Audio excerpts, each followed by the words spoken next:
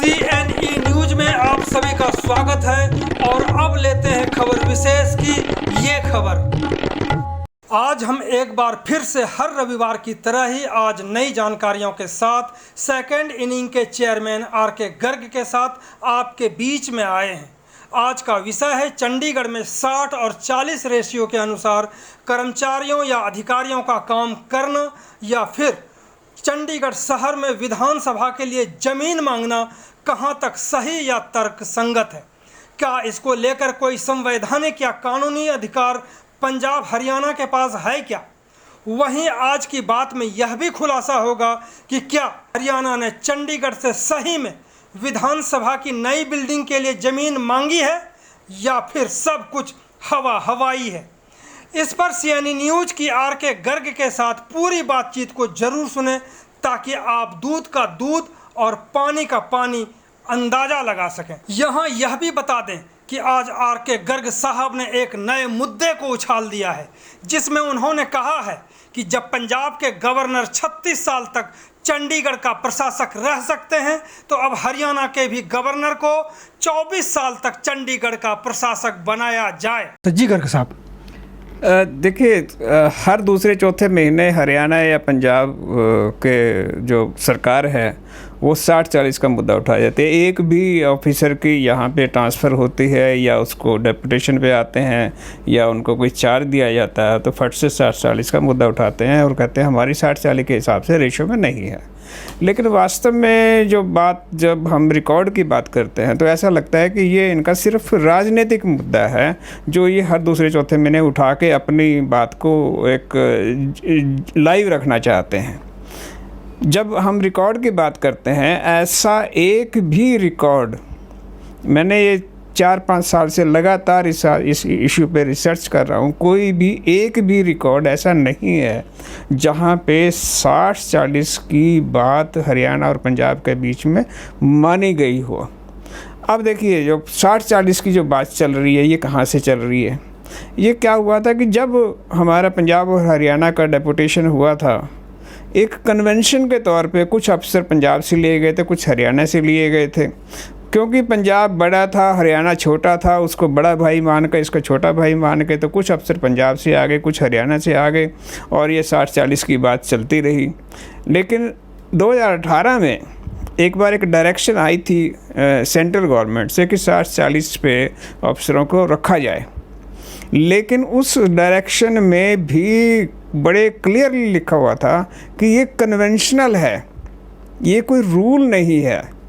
उसके बाद इस साल 5 अप्रैल को पंजाब के MP हैं श्री जसबीर सिंह गिल जी, जसबीर सिंह गिल MP हैं। इन्होंने एक क्वेश्चन उठाया था लोकसभा में 5 अप्रैल 2022 को कि क्या कोई ऐसी ही whether the civil servants from various states including Punjab and Haryana cadre officers are posted on deputation to the Union Territory of Chandigarh. If so, detail and number of the such officers posted department wise, cadre wise. Whether there is any specific percentage fixed for the same. If so, detail thereof. And तीसरा उनका point था whether there is any specific selection method for deputation of post there and so the details thereof. ये MP Punjab के MP ने लोकसभा में मांगा था।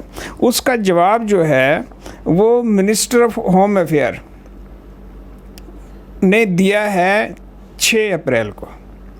उन्होंने बताया कि चंडीगढ़ में टोटल 24,858 एम्प्लॉइज़ हैं, उसमें से 971 एम्प्लॉई डेपुटेशन पे आए हुए हैं और इन 971 में से 602 एम्प्लॉई पंजाब के हैं, 323 एम्प्लॉई हरियाणा के हैं और 46 जो एम्प्लॉई हैं वो दूसरे स्टेटों के और यूटी के हैं।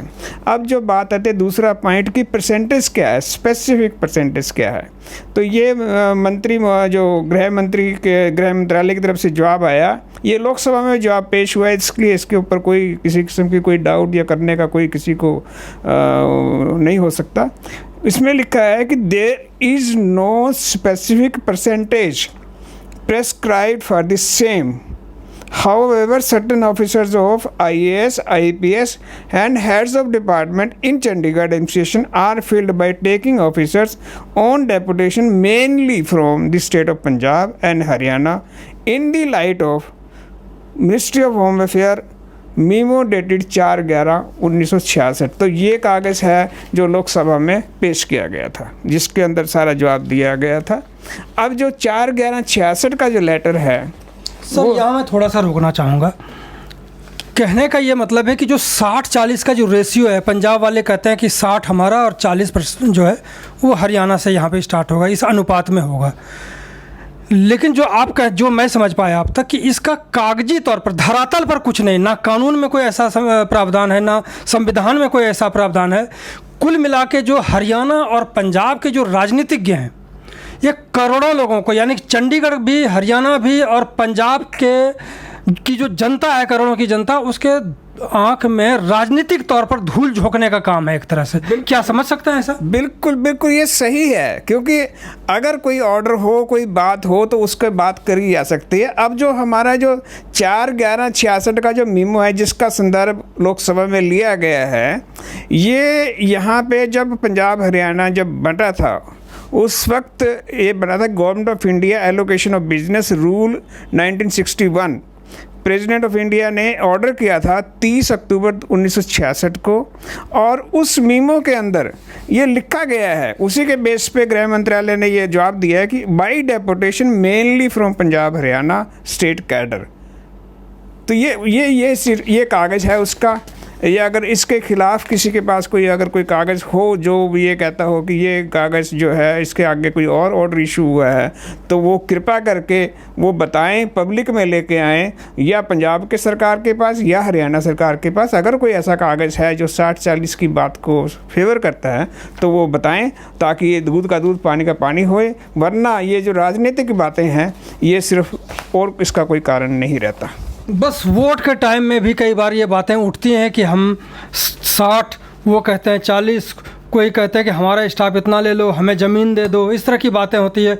जिस तरह कि आपने देखा होगा कि हरियाणा ने विधानसभा के लिए जगह मांगी, इसके काउंटर में जो है पंजाब ने भी डिमांड कर दी कि मुझे विधानसभा के लिए ज़मीन। तो क्या चीर हरण होगा क्या चंडीगढ़ का? देखिए, ये जो अब ये बात आती है कि हरियाणा ने अपनी असेंबली के लिए ज़मीन मांगी, हमें ये पता लगा कि उन्होंने जून के पहले हफ्ते में 4 या 5 जून को हरियाणा के मुख्यमंत्री और ऑफिसर्स ने सब ने वो कुछ ज़मीन का पीस वहाँ पे देखा भी है। ये सुनने में सब अखबारों में छपा हुआ था। जब ये ज़मीन देखा गया था, जब ये बात आई कि ज़मीन देनी है उनको, उसके बाद मैंने 9 जून को प्राइम मिनिस्टर ऑफिस को मैंने लेटर भेजा था, और ये लिखा था कि इसको ये रोका जाए। इसमें लिखा था कि ये जो डिसीज़न है चंडीगढ़ एडमिनिस्ट्रेशन का भी 10 एकड़ ज़मीन हरियाणा को देने के लिए असम है, इसको रोका जाए। ये हमारी एसोसिएशन ने लेटर लिखा था, जिसका जो जवाब है वो लेटर जो है प्राइम मिनिस्टर ऑफिस से चंडीगढ़ एडमिनिस्ट्रेशन को आ गया फॉर नेसेसरी एक्शन उसके ऊपर।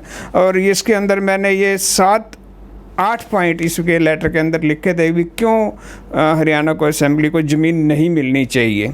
तो उसका जो जवाब है मुझे 8 जुलाई को, यानी कि लगभग 1 महीने के बाद मुझे मिला है। और ये जवाब चंडीगढ़ प्रशासन के जो फाइनेंस सेक्रेटरी हैं, जो अर्बन प्लानिंग के सेक्रेटरी भी हैं, उन्होंने मुझे ये जवाब दिया है। उसको मैं पढ़ देता हूँ जवाब को।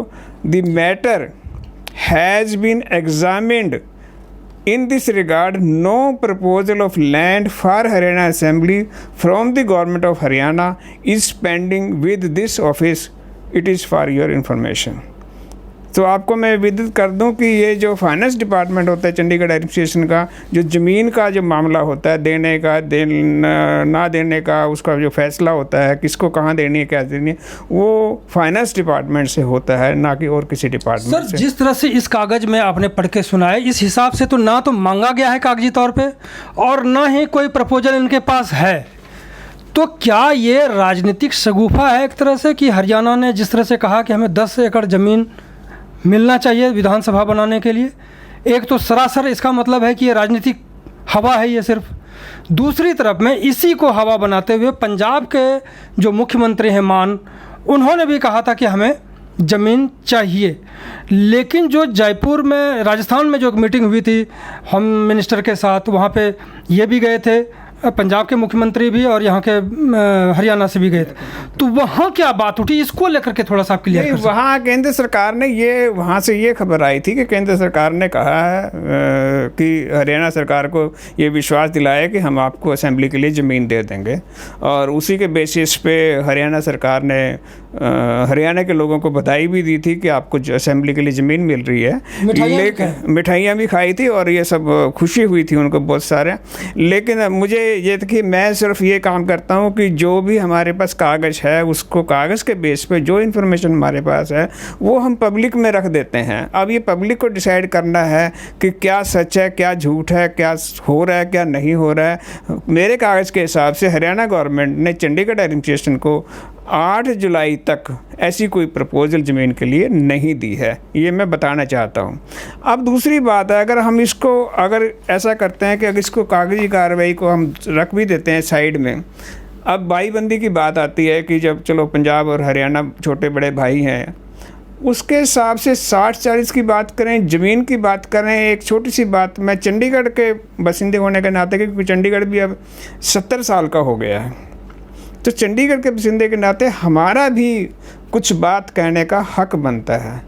और अगर इनके 60-40 की बात पे भी रखें तो पिछले 36 साल से चंडीगढ़ के जो प्रशासक हैं वो पंजाब से हैं, तो 60-40 के हिसाब से अगले 24 साल तक जो प्रशासक है वो हरियाणा का होना चाहिए। ये तो नया मुद्दा आपने उठा दिया कि जब इतने साल पंजाब के गवर्नर यहाँ पे राज कर लिया उन्होंने, तो कुछ राज करने के लिए अब हरियाणा वाले को भी देना चाहिए जो वहाँ के गवर्नर हैं खास। नहीं, देखिए, ये अगर जो राजनीतिक की बातें चल रही हैं, राजनीतिक बातों का जवाब अगर है तो ये है कि भैया देखो, आप 60-40 के मुद्दे पे कहते हो तो आपका प्रशासक जो है आपका लगा हुआ है यहाँ पे। तो जैसे वो कहते हैं ना, हाथी के पैर में सबका पैर है, जो प्रशासक ही आपका है, तो फिर आपको 60-40 के मुद्दे पे क्यों लड़ाई कर रहे हो। दूसरी बात ये कि अगर चलो कर भी रहे हो तो आप सारी पोस्टों में 60-40 का हिसाब लगाओ ना, कन्वेंशनल के तौर पे। मतलब रिवायत चली आ रही है, इस रिवायत में आप सबको शामिल कर लो। आज की डेट में अगर चंडीगढ़ एडमिनिस्ट्रेशन में हम देखते हैं तो पंजाब के अफसर ज़्यादा हैं, और जो 971 का जो डेपुटेशन है उसमें भी 600 से ऊपर जो एम्प्लॉई हैं वो पंजाब के हैं, तो 60% से ज़्यादा तो पहले भी हैं। तो फिर गवर्नर उनका, फिर प्रशासक पंजाब का, 60% से ज़्यादा एम्प्लॉई हैं, फिर प्रशासक उनका है। तो ये जो बात है, मेरे ख्याल से पंजाब और हरियाणा को अपनी असलियत समझ के धरातल पे आके चंडीगढ़ के वेलफेयर के लिए, चंडीगढ़ के अपने तरक्की के लिए, उसके लिए कुछ इसकी तरफ भी ध्यान देना चाहिए। सिर्फ राजनीति करके चंडीगढ़ के लोगों को इग्नोर ना करें। 70 साल हो गए हैं चंडीगढ़ को, तो वो भी अपनी आवाज़ को उठाना चाहते हैं। धन्यवाद सर। जिस तरह से ये पंजाब वाले कभी कुछ उठाते हैं, कभी हरियाणा वाले, और चंडीगढ़ वाले जो है वो चुप्पी साधे बैठे हैं। विचित्र सी स्थिति नहीं है कि चंडीगढ़ का चीरहरण करने की कोशिश हो रही है और यहाँ के लोग चुप बैठे हों?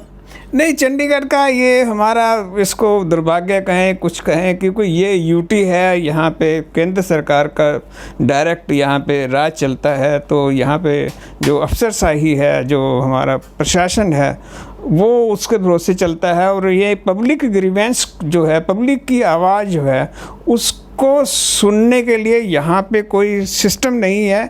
तो इसलिए मैं कह रहा हूँ कि हम जो है, हमारी एसोसिएशन एक मुद्दा उठा रही है कि पब्लिक को आवाज़ सुनने के लिए कोई यहाँ पे एक फोरम होनी चाहिए, यहाँ पे कोई सिस्टम होना चाहिए, ताकि पब्लिक अपनी जो भी उनकी बात हो, बहुत सारे मुद्दे ऐसे रह जाते हैं, तो पब्लिक मुद्दे को करने के लिए एक एडमिनिस्ट्रेटर फोरम पहले होती थी।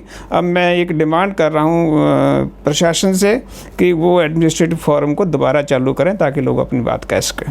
तो कुल मिला के ये राजनीति, हल्दी लगे ना फिटकरी रंग चोखा, यानी कि जब भी चुनाव आए इसी तरह का हल्दी और फिटकरी का खेल करें और रंग जो है एकदम आपको चोखा मिलेगा। बहुत बहुत धन्यवाद बात करने। मैं CNE का बहुत बहुत धन्यवाद कि आपने ये मुद्दा उठाया है। और दूसरी बात यह है कि मैं लोगों से एक आह्वान करूंगा कि ये इशू जो हम उठा रहे हैं, जो जो बात होती है, अगर उनके ऊपर उनकी कोई राय है, उनके पास कोई डॉक्यूमेंट है, उनकी कोई बात कहना चाहते हैं, अच्छी लग रही है, बुरी लग रही है, उसके ऊपर वो कमेंट करें, ताकि जो है ना हमें आगे इस इशू को सुधारने में मौका मिले। अगले हफ्ते फिर मिलेंगे। धन्यवाद। CNE न्यूज़ के साथ बने रहने के लिए आप सभी का बहुत बहुत धन्यवाद।